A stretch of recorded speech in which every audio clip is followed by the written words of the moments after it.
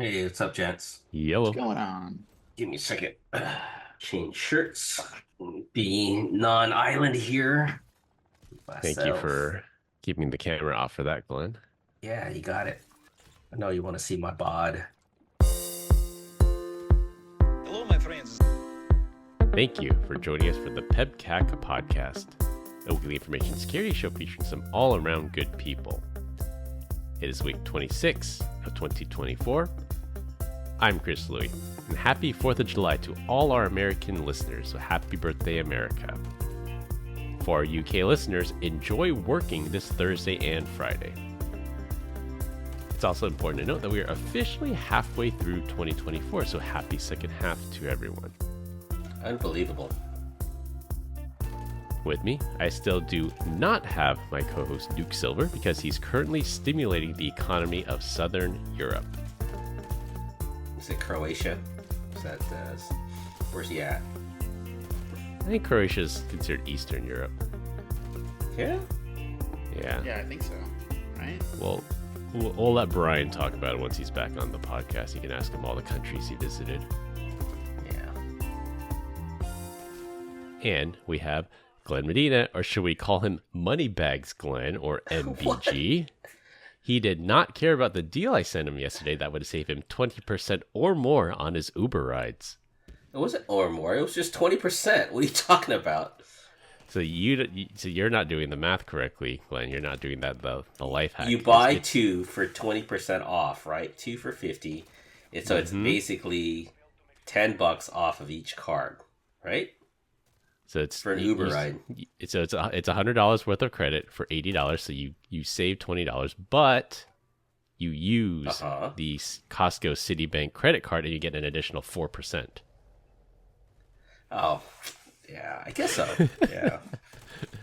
Got to use those credit card hacks, Glenn. That's why I said 20% or more.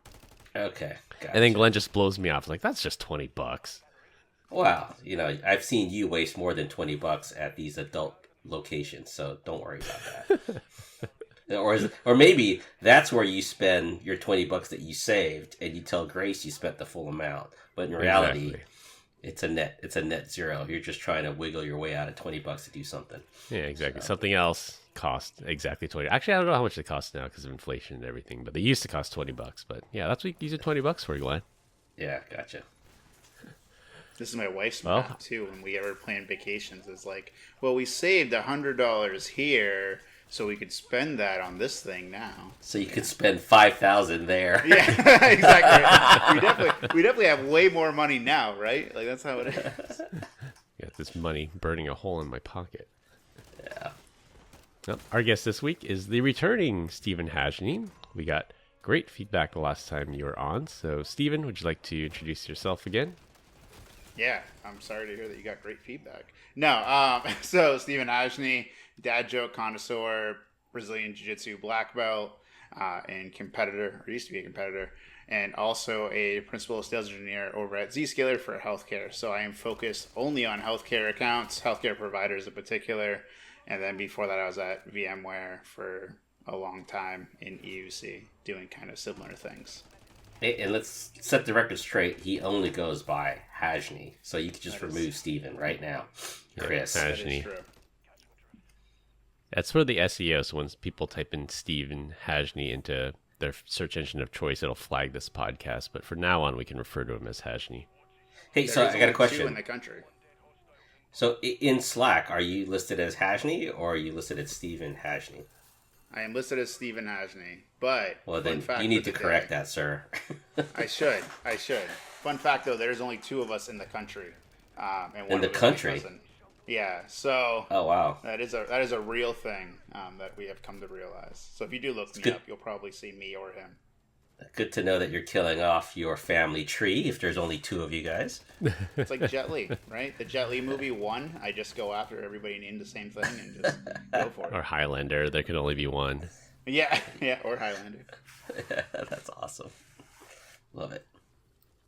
And I remember, Stephen, or Hajny, I remember you sent me a screenshot that said one of our customers complimented you on the dad joke, that you are the dad joke person. So you're really building your brand around that. He is. It's accurate. It's what I do. I don't do presentations without a dad joke, either ending or starting the presentation. I've told them they would have to throw me off stage physically if I couldn't do a dad joke. So. I'm sure the audience appreciates it. This week, we're going to talk about Russia, a hospital group that shut down. For our third topic, people are not able to buy a new car, and close with alcohol talk. For our first topic, Russia, our commander-in-chief has completely banned Kaspersky antivirus software in the U.S. for government and consumers with a deadline of September 29th of this year to find alternatives. This ban not only involves the sale of Kaspersky products, but also prevents the company from delivering antivirus and security updates to customers. Now, Kaspersky was already banned in the U.S. federal government and any entities doing business with the government, but this recent crackdown now affects consumers as well. The paranoia that the Russian government will use Kaspersky software as a backdoor is rooted in the 2017 revelation that Kaspersky somehow got a hold of NSA exploits from an entity known as the Equation Group. The U.S. government says that Kaspersky stole those tools, but Kaspersky says their AV software was working as intended and detected the exploit kits and uploaded them to their server for further analysis. And if you don't know, and you've been living under a rock, or you just can't tell, Kaspersky is a Russian software company. So are you pronouncing Kaspersky incorrectly again, and you're going Kaspersky versus just Kaspersky? Kaspersky. Right? This guy's name, Eugene Kaspersky. That's just Kaspersky. Hyundai. Yeah, let's not go there again. Come on, man. It is weird, though, right, to think about this, because we saw it with TikTok recently. We also, I know, 5 or 6 years ago when Broadcom was trying to buy a company, they had to move their headquarters out of Singapore to being on U.S. soil because there was some issues there, too, where they felt like, these chips could have, backdoors or something of the sort. Hardware backdoor. Yeah. Yeah. Is it so I Qualcomm? feel like we're seeing it. I think so. No, that was Broadcom when they tried to buy Qualcomm. Yeah. Or 3Com. Yeah. Well, I think the reason for that was because Trump denied it, right? Because there were concerns. But I think the bigger thing was just like being able to technically put a U.S. company or a U.S. CEO in jail, right? Let's put it. You have a further reach than trying to arrest someone in a different country that doesn't have any business in the U.S., right? So, other than maybe a subsidiary or something. Well, it's weird, and I think about video games a lot as a gamer, with like Blizzard going over to China and needing to have almost like a sponsor in China in order for them, and I think that's how China does a lot of their business, is like you have to have a Chinese sponsor company. And I'm like, are we getting to that point eventually here? Like, we're gonna be like, hey, pay us to be your sponsor to sell us software. It's like Azure. Microsoft Azure in China is run by 21 Vietnet. Microsoft can't do business directly there. And Apple, I think they technically do, but they have to have all their data centers physically in China, so government can sneak and peek. Actually, there's no sneaking. There's just aversely peeking. There's no hiding it. Yeah, it's just a weird concept that I feel like gets away from kind of our traditional, like, hey, do whatever you want as long as you don't violate some like antitrust stuff. And so it's interesting to see this kind of come out. I'm not surprised with the U.S. government saying, hey, don't put it on our stuff, right? But I think the hardened stance from a consumer standpoint is interesting. Just use a VPN, I guess, and go download it. I don't know. But here's an antivirus. Go download it via the dark web or something. At least with antivirus, you can say, well, there's WebRoot, there's Norton. Whether you consider Norton malware or not, it's up to you. But there's other alternatives. There's SentinelOne, there's CrowdStrike. But when you think of like TikTok, one of the most used social media app globally, I think they surpass Meta. Well, they definitely surpass Meta because they can operate in China. Like, there's no real alternative to TikTok. There's like Instagram, but people say that's not as good, the algorithms. not as good. But for Kaspersky, it's like there's just so many alternatives out there. This shouldn't be a problem, I wouldn't think. I wonder what their market share is too. Like, does anybody know? Because I feel like I've heard that name, but I haven't heard that name since like 2004 or whatever, when everybody's like, what antivirus should I use? And you had like a huge list of like things that you should use, and it was all like trial software. Wasn't it free at one point in time as well? That's what I thought, right? Like, that's why I'm like, been. What is their market share? Like, what do they actually have going on? I would say low single-digit percentage. Yeah. It's not that much. I think it's more of sending a message too. I think it's partially they want to protect the U.S., but partially they want to send a message. And you can go back and forth. Like, is this a trade problem? Like, we can't sell anything into Russia, so Russia should not be able to sell anything into the U.S. So what do you think people are going to use? Is it an easy switch? Norton, of course. Got it. And who in the federal government? Norton. Yeah. It's gonna be Norton. Peter Norton. You just had to go there, did you? Who was like, wasn't that, it was Symantec, right, who bought them at one point, and then Broadcom bought Symantec, then Symantec said, as they're getting bought, like, oh, we'll just spin off Norton as part of that, because we don't want this consumer stuff in our portal. Norton LifeLock got spun off. Yeah. What's interesting, I was in that mix, and what's interesting was the threat research was all on the Norton side, right? So I think they still have to OEM the threat research portion of it to Broadcom now, which is, I don't know how that's done, but it's interesting because a lot of the data that they got was from the consumer side. I think there were more infections on the consumer side than there were on the corporate side. Yeah, I mean, I could see that in terms of non-sophisticated threats. I would say the consumers get hit way more because that's, in general, consumers don't have that security awareness training. You don't have email filtering. You don't have those first lines of defense. People just click on random things. On the enterprise side, you'll probably see much more sophisticated threats than you would on the consumer side. Fewer number, but greater sophistication. Well, that's a good point. Do you guys still run antivirus on your machines? Like, I don't. I was just thinking about my personal machine at home. I don't think I even have antivirus on it anymore. Like, I just have like the built-in Windows Defender that it is just like set to don't bother me unless it's critical. That's because you use Windows. You're one of those guys. You're just like DeLuca. Just like DeLuca. Oh my gosh. I've lost all respect for you Canadians. Oh man. I have an Android phone, okay? That's only because that makes it even worse now. Come on. Doubles down on bad ideas. Doubles down on bad ideas. You Canadians, I swear. He's not Canadian. He's Canadian adjacent. He's Canadian adjacent. Listen, in the summertime, we might as well be part of Canada with the amount of like people that we have come down from Quebec. So, it's like an invasion every summer. It's Canadian by osmosis. Is the national language in Maine Canadian? Is it French Canadian now? It's just Canadian. Actually, funny story about it. I had two French teachers in high school. One was from Quebec. One was from like classically trained like Paris type French. And they would argue in the hallways all the time about who was right about grammar and pronunciation and everything else. Because I guess it's almost like slang in Canadian French than it is over there in Paris. And so it was great to watch the chaos ensue in the hallways. Man, talk about a first world problem. Yeah, right? You said this word wrong, and that's an issue. Like, my students now don't understand, like, crazy. But it's only a French person that would actually bring up that task and tell them that their enunciation is correctly. Come on, give me a break. Yeah. So to answer your question, do I run AV software at home? Yes. The Windows Defender stuff is really good for my one Windows machine that I have for testing. And then for everything else in the house, it all goes through a GRE tunnel up to Zscaler. So I get protected at the network layer. So you still don't have endpoint AV, I guess is what we're still saying here. No, I block the threats before they even get into the network.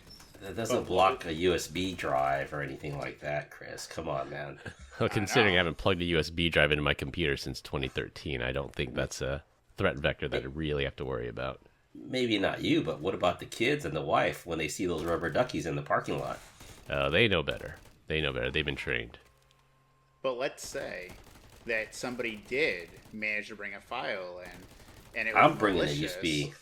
Yeah. Now I'm bringing a USB. I'm just gonna start plugging into your house, man.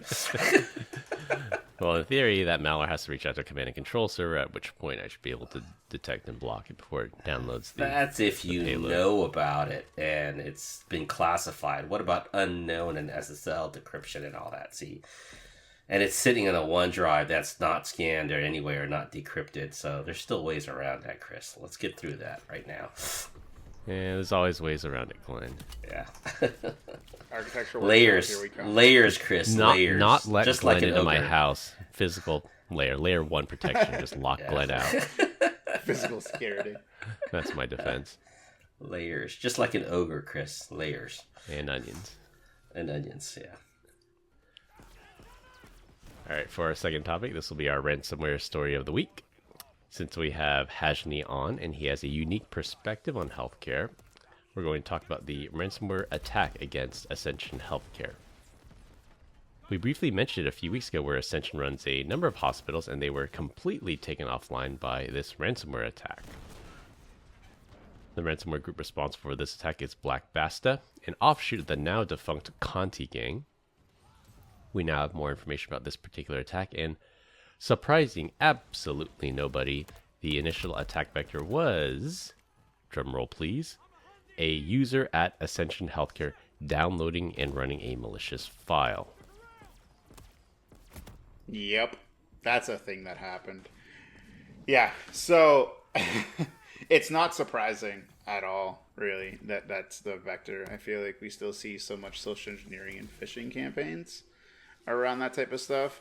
And I have the pleasure of traveling the United States and speaking at a lot of different events. And it's definitely still a mindset, like, change to think about anything but that traditional, like, security of, like, oh, we have a firewall. And, like, even vendors aside, like, we have a firewall and that, like, keeps all the bad guys out.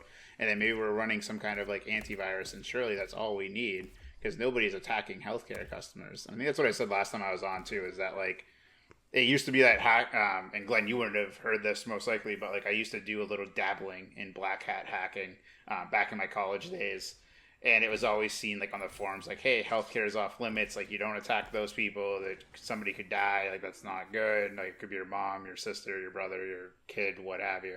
And we've seen that shift, and I think that like healthcare hasn't caught up to that shift yet, and they're still struggling with like that mindset. I talked to a room full of people not that long ago, probably maybe a month ago, in which somebody said, hey, has anybody found out a good solution to just like turn the internet off when there's an incident? That was like word for word what they said to me. It was like, can we just turn the internet off? And I was like, that's scary. Like, what about like kill the UPS? I was like, what about router. patients? And they're like, well, we have and somebody else spoke up like, well, we have a policy that we give the stroke unit 90 seconds before we ever have to shut the internet off, because it could be like life-threatening. And I was like, why don't you just contain it at the source? Like, why don't you just say, hey, look, like this machine is compromising other machines, and like we're just gonna like kill that network and like not allow people to like get anywhere else on the network. But it's still just this like mindset of like, no, it's an all or nothing. Like there is no such thing as segmentation. It's like, oh no, like you just shut it off to everybody. So it's like you kill the patient to destroy the cancer. It's like, congratulations, you've destroyed the cancer, but you've also killed the patient at the same time. Yeah, exactly. It's a wild concept. And so I presented again not that long ago, probably 2 weeks ago, right before I went on my travel hiatus, as I'm calling it, the summer of Hajni, where I stay at my house and be miserable in the heat. And I was talking to somebody and I was like, look, like this is just a mindset shift. And they said, yeah, the other people who've been at my company have been there for like 30 years. I've been there for like 3.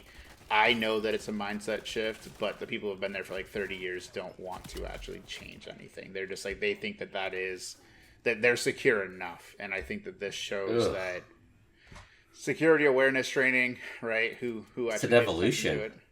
Yeah, oh my God. Exactly. This is like you've gone, I think the term is native, where you think you're good and you're just not, and you're just blind to everything that's complacent. Yeah, that's just terrible. And in security, if you're complacent for a month or two, you're already left behind. You got to stay up. Complacent for like a day, you're behind. There's just so many threats out there every day, and people always trying new and novel ways to get in. Yeah, it's scary. And like I find that so I actually write a healthcare newsletter for the company, and we send it out to customers and prospects and all the other stuff. Just I think it's important to like do a cybersecurity news roundup, right? Monthly is what I do. And what the HHS has said recently, the HIPAA Journal reported it, that there's been 55 breaches or reported breaches within the last month. And it's down a little bit, but it's still 22% like year over year increased. And most of them, if not 98% of them, are all like network phishing related. Like it's not that hackers like Glenn are going into Chris's house and plugging in a USB drive. Like it's like, hey, like let's click on this link and see what happens. You know, oh, you owe us some money. It's just the nurse or the doctor. Yeah. Or they come in through the VPN. Yeah. Tale as old as time. It's like there's certain things, like there's nothing new, but there's also lots of new ways people are trying to get in.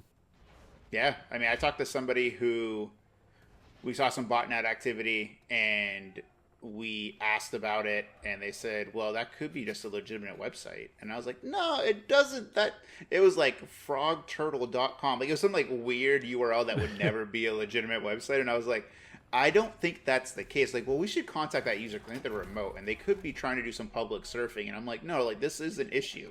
Like we are clearly seeing this as a command and control thing. Like, and we take blocked 5 it. seconds to run it through VirusTotal. Yeah, right. Like, and they're like, well, our other antivirus and stuff didn't catch it. And I'm like, well, I don't know what to tell you. Like, you can either believe it or not. But I think is it Kaspersky? Was that Russian backdoor that we didn't know about?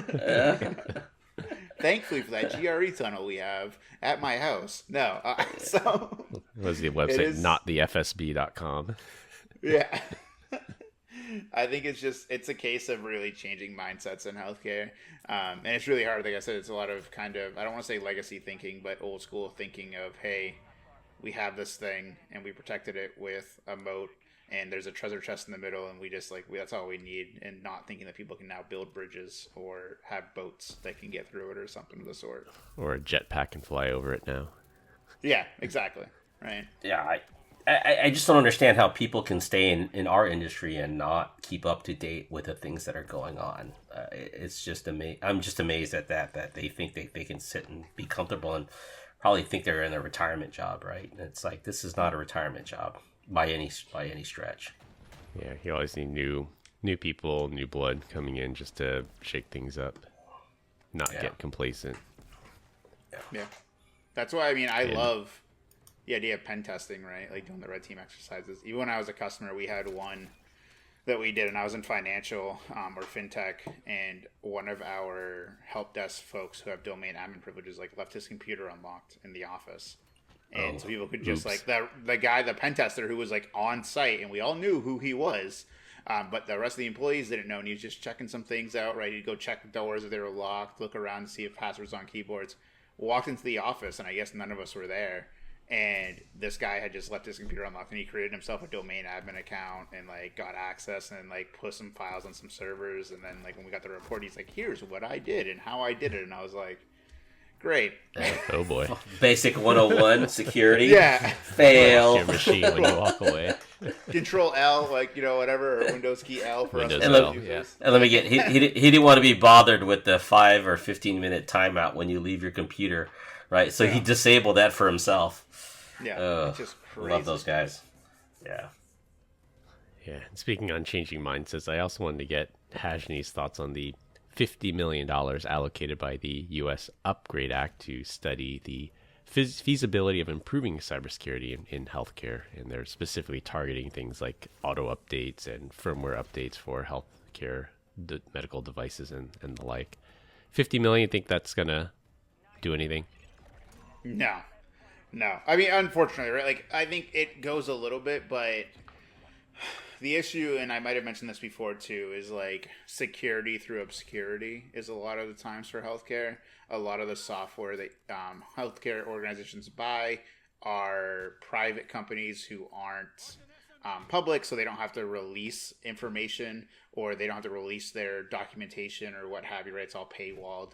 And that gets people to not understand the true like security issues. And then the other issue always is security versus convenience, and the buzzword is patient care impacting.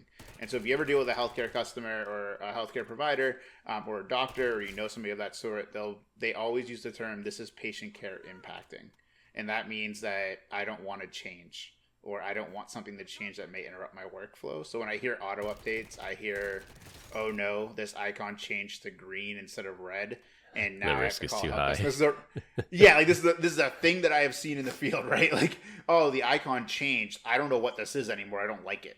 And now, I need to call help desk, and the help desk is like, no, you're good. And like, well, this is patient care impacting, right? Like, I have a friend who runs an oncology department, and he's not in IT, he's not in security, he's just like a straight up like VP of oncology for a hospital.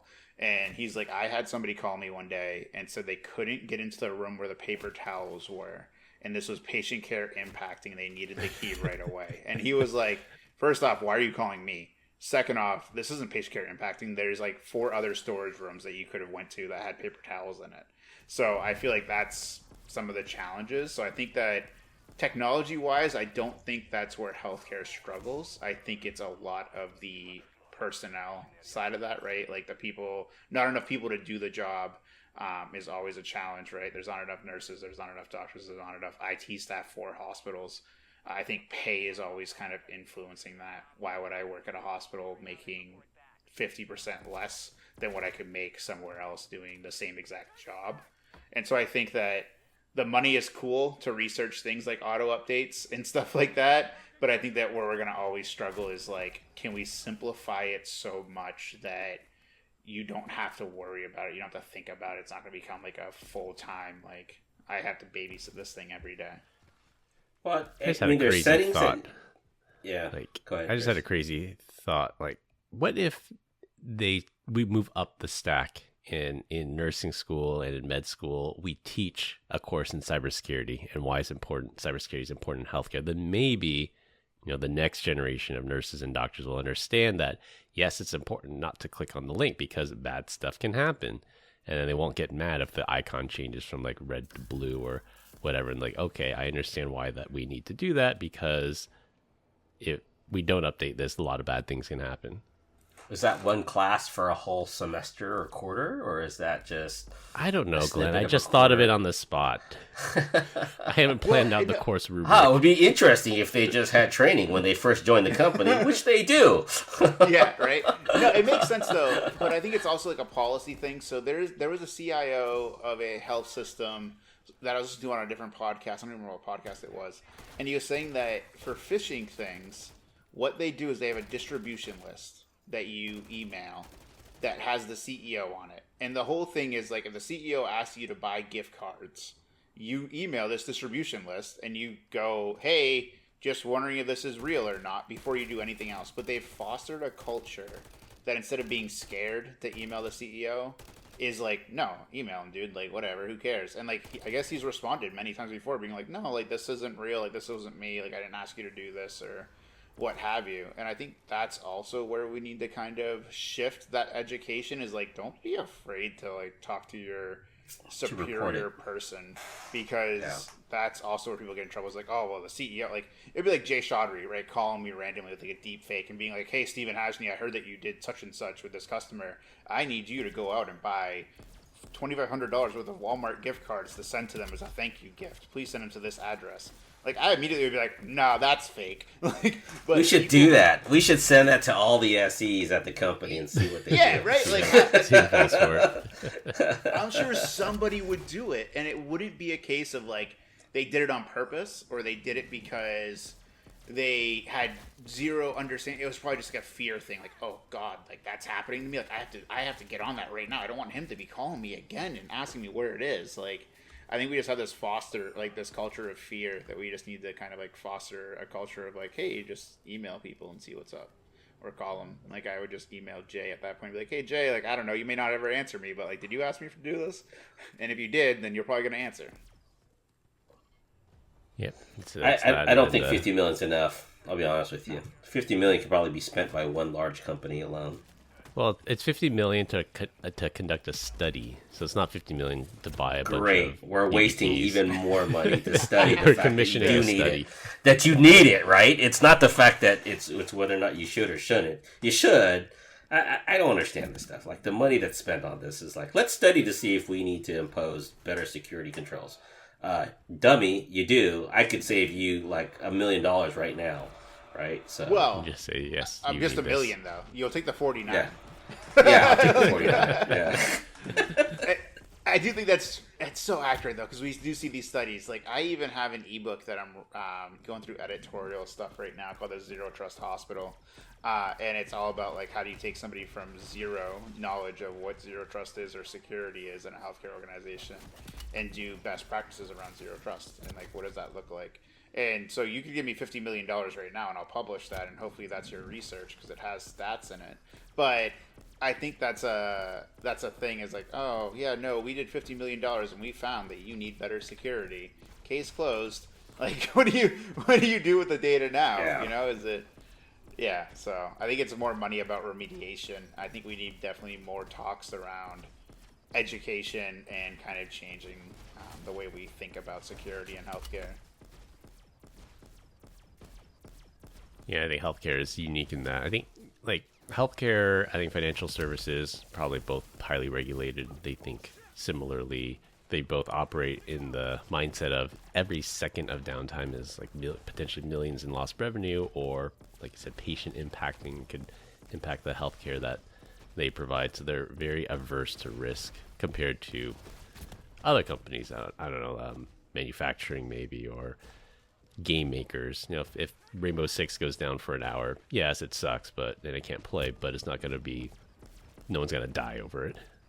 Yeah, that's the thing I always stress to coming over is that, like, hey, healthcare is extremely important in that sense. Like, your maintenance windows at 6 p.m. on a Friday, that may cover 95% of other companies.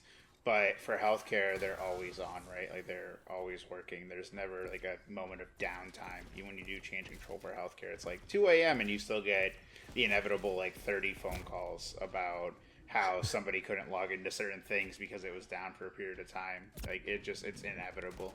I used to see change control windows even get blocked for things at the Boston Marathon, right? Because like they're expected to have more ER visits during that time period, or even on like January 1, right, New Year's Eve. Like, hey, no change control because we're going to have an influx of ER visits, so there is nothing that you can do during that period of time. Yeah. Alcohol poisoning, drug overdose, Yeah, car crashes. anything. Yeah. All of the things. All right, I think we'll skip topic 3 for now because I think we're almost coming up on time, and we'll jump into our last topic. I thought this one would be pretty interesting, especially there might be a potential healthcare spin on it. So we'll skip to our last topic. For our last topic, and it'll be a rotating topic every week. This week we're going to talk about Americans and their alcohol. There's an article in the Wall Street Journal where they ask the question, do Americans drink too much? And alcohol is driving a new debate in Washington.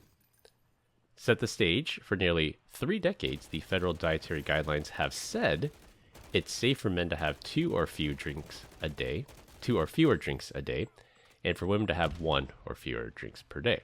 Well, that's sexist. And that could change next year when the U.S. federal government revises those numbers. So I'm going to take a pause there and say that this is a good thing. We should have guidelines for how much is too much. We see those alcohol ads, and they always say enjoy responsibly, but what is responsible? And I don't want my government telling me how much I can consume, but it's good to have that information of what a recommendation is. So currently, officials from the current Health and Human Services Department here in the U.S., they say no alcohol is okay. Our friends up there by Hashni in Canada says up to 15 drinks per week for men and 10 drinks per week for women is okay. The Center for Substance Abuse says 2 per week or less is okay. So we have we have a wide range here is the point. Where it gets interesting, as is everything with American politics, are the lobbyists. House and Senate representatives from the red state of Kentucky are lobbying for a higher number of permissible drinks for the obvious reason that Kentucky exports a lot of bourbon.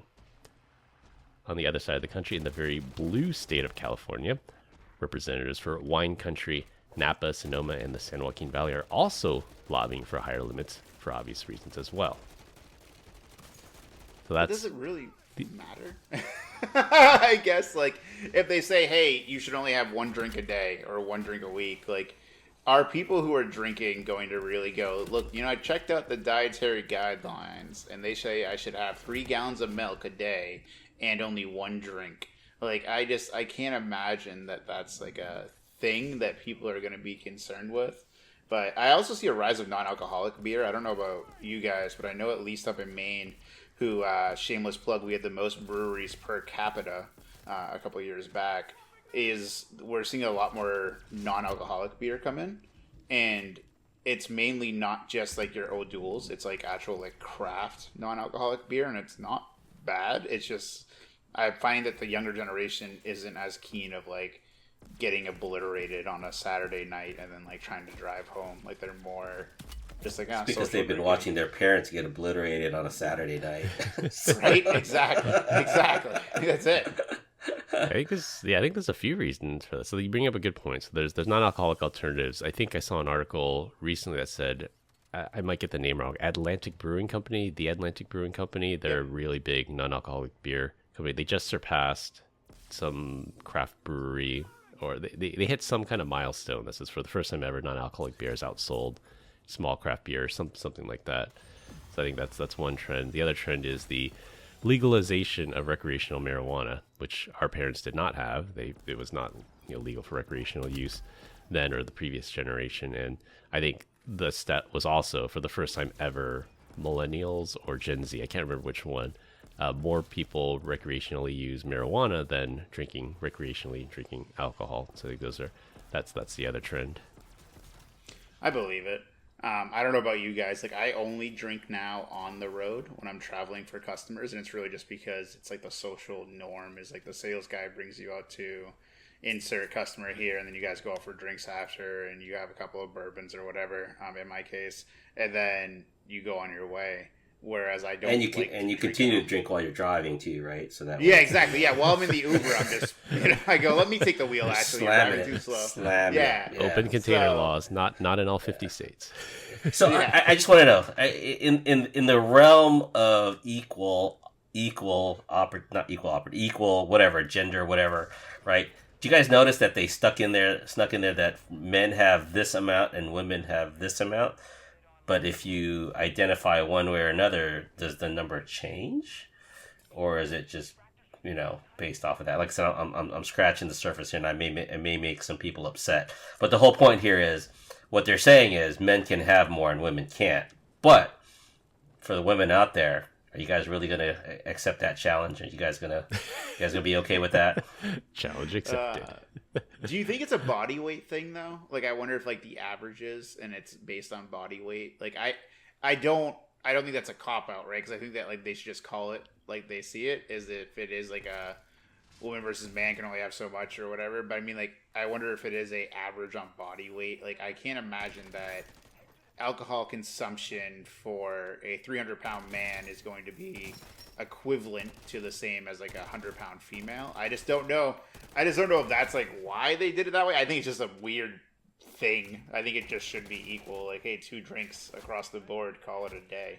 So maybe we can get a doctor or something to weigh in here. But my take on it is similar to Hajni's line of thought, is that on average, and I'm just talking about average, not talking about the extremes, on average, men weigh more than women. Men have more muscle mass than women do. That's just a biological fact. I'm not saying men work out more or anything. It's just a biological fact. And even like federal dietary guidelines, I think everyone's heard 2,000 calories a day. That's an average. Again, in general, everybody should eat about 2,000 calories a day. But I think when you dive into it a little bit more, I think for men it's 2,500 calories a day, and for women it's like 1,800 or something like that. So, but they say on average everybody should eat about 2,000 calories per day, and that has to do with body weight and muscle mass, and that likely explains why it's more permissible on the federal level for men to consume more alcohol than women. But like you said, your mileage may vary. A larger woman versus a smaller man is going to be different, of course. The scientific study that I tried out this last weekend, actually, because I was at a wedding, so I did have drinks. I brought a bottle of bourbon. Yeah, for science, I brought a bottle of Blanton's bourbon because I was told that we should bring our own hard alcohol, nice. And I wanted Blanton's. Fancy. Yeah, I wanted to share with my jiu-jitsu colleagues, right, or friends, and so my wife had a single drink and was definitely feeling it, and she has lost, I think it's like 120 pounds. She had lost all that weight from bariatric surgery, so she had one drink and she was definitely feeling a little bit more tipsy. I had about 5 or 6 drinks from bourbon, and I did not feel nearly as tipsy as she did on one. And I outweigh her now by at least 120 pounds, if not more. So, who knows? It could be that, That's what, yeah. It's from all that practice that you had on the road, taking out customers. Yeah, it's also part of it. You built up that tolerance. Yeah. But this goes to, like, really, is the government really going to get into my business again and tell me how much I should or shouldn't drink? I think that's what it comes down to. They're just trying to create another study that costs money that's worthless, right? Like, let me do what I want to do. If I want to have 5 drinks or $60 million study is coming up soon. No. Yeah, so I would say, in defense of the U.S. federal government, I think it's good to have recommended guidelines, because when, like, the whole nutrition label mandate, I think that's a good thing.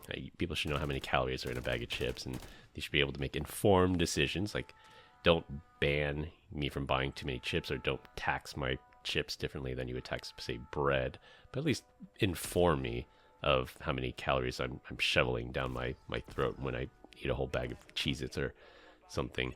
And I think some of the Surgeon General guidelines, like for pregnant women, fetal alcohol syndrome, it's a proven thing. Like, if women drink while they're pregnant, it has a negative effect on the baby. We should have guidelines that say women should not consume alcohol while they're pregnant, or I don't know, whatever the permissible limit. Some say 0, some say a glass of wine a week. I don't know what it is. So I think there should be some guidelines, but I don't think it should be regulated. I agree. But again, it's that sticky wicket, right? Guidelines are great. 90% of the world is going, 90% of the U.S. is going to abide by them. The rest of the 10 are just on each side, are just going to go through this. Yeah. So. Yeah, and the parallel here. So we have the intersection of these recommendations, and then we have these lobbyists that are, of course, supporting their own interests. That reminds me of the advertisements for, like, military equipment. If you thumb through one of these magazines, these ads by, like, Boeing or Lockheed Martin, one of these defense contractors, they used to extol, like, how lethal or how smart their munitions were. But now they proudly feature on their ads what congressional district these things are made in, and what congressional districts they source parts from, and things like that, because that really determines where, if it's done in my district, of course I'm going to lobby for this company or this particular weapon. That's some shady stuff. Lobbyists are some shady folks, man. I'm telling you right now.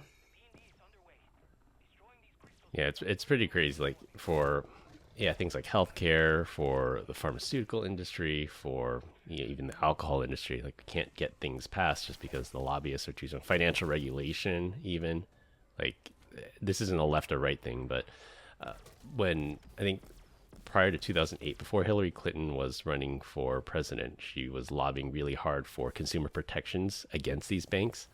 And then after she started getting paid, like $250,000 per speech to speak at these banks, she all of a sudden became, like, pro bank and anti-regulation. And it's just like, well, you have a stance, but it seems like for a price, people can change their mind. And that's the exact parallel in Congress. For a price, people can change their mind, and that price comes in the form of lobbyists.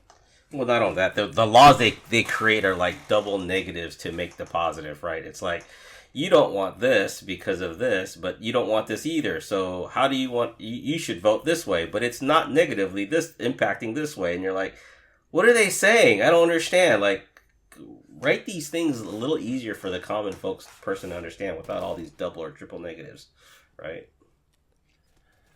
Yeah. Indeed. That's why we can't get affordable pharmaceutical drugs here in the U.S. as well. Like the latest one is Ozempic, that GLP-1 drug that is a miracle for a lot of people that are struggling to lose weight. And here in the U.S. it's $1,200 a month for a month's supply. In Germany it's $50. Why? Because Germany has laws on restricting how much they can charge. Therefore, they have to make it up somewhere else, which is in the U.S. where we don't have those laws and we can't pass those laws because the pharmaceutical industry is too powerful here. I feel like is also part of the problem. Then we get into that whole like supply and demand thing too. Like I know Ozempic is one. So like I said, my wife had bariatric surgery, so she was on some weight loss medications beforehand, and that was it wasn't that one, but it was another one in particular. But it was like, hey, this is also used for diabetes, and then suddenly I knew like 30 other people who were getting Ozempic like given to them from their doctor, and it was people who I had known in previous instances to not struggle with weight loss, right? There wasn't any hormonal stuff going on. It was just like, hey, at some point I just kind of stopped, and then now it's like, oh well, now there's a short supply, so now we're going to charge you for the teeth. I know like my meds, I take ADHD meds, Vyvanse. Same thing. There wasn't a generic for a long time. Then there was a generic. Costs went down drastically. And then all of a sudden the generic is like, we have a shortage of supply, and so now we need to up the cost again. You can only get the brand name unless you want to wait like 4 months for a month's supply. And I'm like, that's ridiculous. And that was like, that's what I was thinking, right? You can go to Mexico and get them. A flight to Mexico is probably cheaper than waiting across the border to or go to Canada. Yeah. Pay that cost. See. Yeah, that's crazy. There's the amount of lobbying going on here and how that interrupts the lawmaking process is just crazy to me. But I mean, that's the way the country works, unfortunately. Until somebody comes in and drains the swamp, that's the way things are going to be. That's it. Anyways, all right, time to get off my soapbox. Yeah, Chris. Stop that. We continue to get great comments about our dad joke of the week. Dad joke of the week. This week, our guest Tajni is up. Oh man, I'll give you 2 quick ones. So, what kind of trophy do you give someone who hasn't moved all year? Atrophy. Ha ha ha. And the other one is, why can't you trust an atom? Because they make everything up. Nice. Yeah. Wah. Wah. 2 good, true dad jokes. All right, to wrap things up, delete Kaspersky. More needs to be done to protect U.S. healthcare from cyber attacks, and drink responsibly. That's all I have for this week. We hope you enjoyed this week's episode. You can find all of us on LinkedIn. Links will be in the description. Follow us on Instagram at PEBCAK Podcast. Thank you to all the listeners and subscribers. Rate us 5 stars in the iTunes Store and Spotify, and left us a review. We appreciate you all spreading the word to help grow the show. The best way to find us is to search for the PEBCAK Podcast on your favorite podcast listening app. For my co-host Glenn Medina and our guest Tajni, I'm Chris Louie. Thanks for listening. We'll see y'all next week, and as always, have a nice day. Bye, Felicia. Cheers. America #1. Have a nice day.